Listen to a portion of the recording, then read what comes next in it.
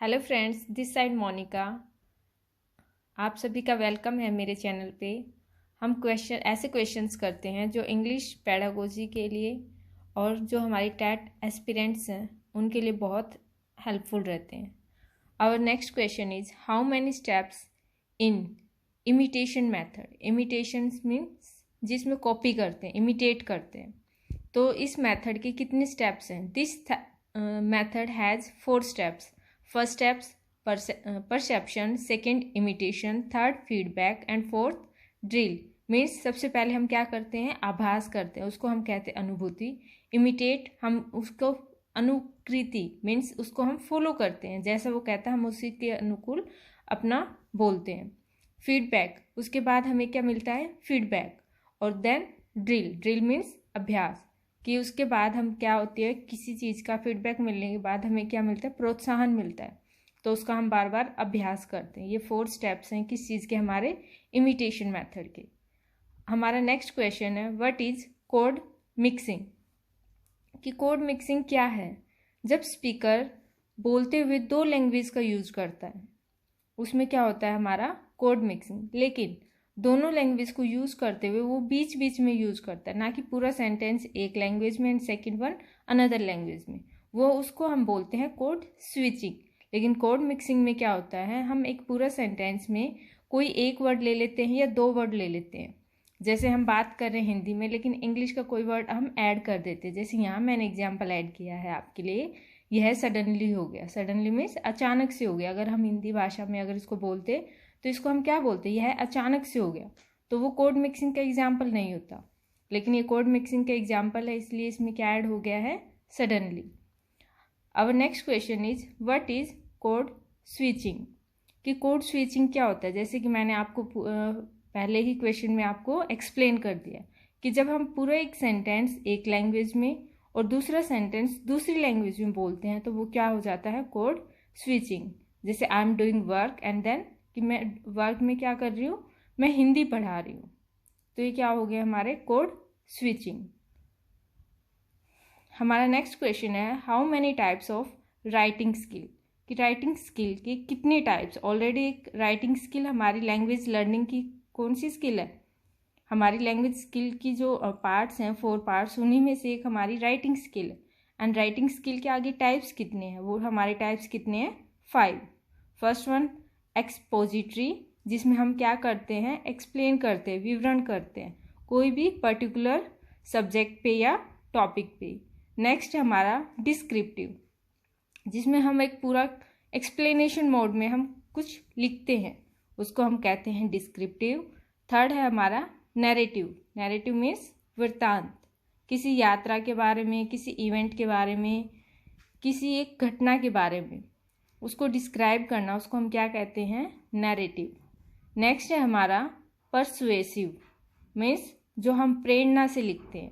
जैसे पोइट की लैंग्वेज होती है, लिटरेचर लैंग्वेज होती है, वो किसका पार्ट होते हैं? परसुएसिव का। नेक्स्ट हमारा क्रिएटिव राइटिंग। क्रिएटिव राइटिंग में क्या आता है? हमारा जो सर्जन मीन्स हम क्रिएट करते हैं अपने आप से। पूर्ण मीन्स उसमें हमारे ऊपर कोई प्रेशर नहीं होता। तो वो क्या आता है? हमारा क्रिएटिव राइटिंग। और किस में आता है वो? राइटिंग स्किल में। हमारा नेक्स्ट क्वेश्चन है what is the position of English language in the context of usage. कि मैं इंग्लिश जो लैंग्वेज है उसको यूज़ करने में क्या क्या उसकी पोजीशन है। मीन्स इंग्लिश को यूज़ करते हैं हम ऑल ओवर वर्ल्ड में, लेकिन उसकी पोजीशन क्या है, क्या अहमियत है, किस उस पर उसको रखा जाता है। जैसे अगर हम इंटरनेशनल कॉन्टेक्स्ट में बात करते हैं तो उसको हम क्या कहते हैं? Global language. क्योंकि ग्लोबल लैंग्वेज का मतलब क्या हुआ? किसी भी कंट्री को अगर दूसरी कंट्री के लोगों से बात करनी है तो वो कैसे बात करेगा? उनके बीच में एक मीडियम होना चाहिए, क्योंकि सभी की अलग अलग लैंग्वेज है। तो वो एक लैंग्वेज है दैट इज इंग्लिश लैंग्वेज, और इसीलिए हम इंग्लिश को क्या कहते हैं? Global language. नेक्स्ट है according to NCF। NCF means जो हमारा नेशनल जो कुरिकुलम है उसके कॉन्टेक्स्ट में हम इंग्लिश को किस उस पर यूज़ करते हैं, तो वो क्या है? हमारा सेकेंड लैंग्वेज। नेक्स्ट हमारा इन कॉन्स्टिट्यूशन। कि कॉन्स्टिट्यूशन में हमारे इंग्लिश को कौन सा स्थान दिया गया। मीन्स हमारी तो इंग्लिश है नहीं, लेकिन इस भाषा को कौन सा स्थान दिया गया है। That is associative language, means सहायक भाषा। तो नेक्स्ट हमारा क्वेश्चन है, व्हाट इज पैराफ्रेजिंग। पैराफ्रेजिंग क्या है? पैराफ्रेजिंग होता है कि आपको कोई एक बड़ा सा ऐसे दिया गया या पैराग्राफ दिया गया, आपने उसको अपनी भाषा में सिंपल लैंग्वेज में आपने उसको पैराफ्रेज करना है। मीन्स छोटे एक रूप में आपने उसको अपने वर्ड्स में सिंप्लीफाई करना है, उसका मेन आइडिया आपने लिखना है। That is paraphrasing, the act of restating या rewrite formation in your own words using different phrasing and words to convey the same ideas. Means simple भाषा में कि हमें कुछ दिया गया है बड़ा सा पैराग्राफ और उसको हमने अपनी भाषा में सेम आइडियाज को यूज करते हुए लिखना है। नेक्स्ट है question number 35, which skill are reinforcement skills. कि कौन सी स्किल्स हैं जो रीइंफोर्समेंट में रीइंफोर्समेंट स्किल्स कहा जाता है। मीन्स जिससे हमें क्या मिलता है, उत्साह मिलता है, जिनके थ्रू हम किसी को इनकरेज कर सकते हैं। That is speaking and writing. Speaking means किसी के लिए हम अच्छे वर्ड्स बोलते हैं, राइटिंग हम किसी को मार्क करते हैं। मार्क में मीन्स बहुत अच्छा, एक्सीलेंट, वेरी गुड। तो वो हमारी क्या है, दो स्किल हैं जो जिनको हम क्या कहते हैं, reinforcement skills. Next question is the two productive skills. कि जो प्रोडक्टिव स्किल्स हैं वो हमारी कौन कौन सी हैं। That is speaking and writing. And next question is two receptive skill. Receptive means जिनसे हम ग्रहण करते हैं, कौन सी स्किल्स हैं वो।